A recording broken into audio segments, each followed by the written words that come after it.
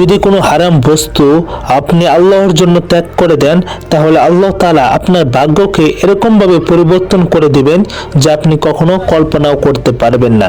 মক্কার একটি যুবক ক্ষুধার্ত থাকা অবস্থায়, যিনি খুব দারিদ্র ছিলেন, অসহায় ছিলেন, রাস্তার মধ্যে একটি মুক্তার মালা সহ একটি ব্যাগ কুড়িয়ে পেল।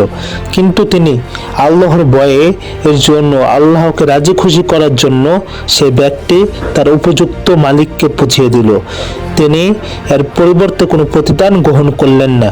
তিনি যখন ব্যাগটি মালিককে পৌঁছে দিলেন, মালিক তাকে 500 স্বর্ণ মুদ্রা উপহার দিতে চাইলেন, কিন্তু তিনি তা গ্রহণ করলেন না।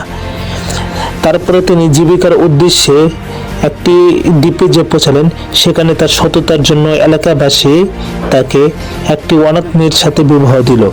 তার বিবাহের পরে বাসরাতে তিনি দেখতে পেলেন তার স্ত্রীর গলায় সেই মুক্তার মালাটি রয়েছে, যে মালাটি তিনি কুড়িয়ে পেয়েছিলেন। অবাক হয়ে তিনি তাকিয়ে রইলেন। এলাকাবাসী তখন বলল, তার বাবা সর্বদা দোয়া করতেন যে তার মেয়ের বিবাহ যেন সেই সৎ যুবকের সাথে হয়, যিনি তাকে আল্লাহর সন্তুষ্টির জন্য তার ব্যাগটি ফেরত দিয়েছিলেন এবং কোনো প্রতিদান গ্রহণ করেননি। তখন সেই যুবকটি কান্না শুরু করে দিলেন এবং আল্লাহর কাছে প্রার্থনা করলেন।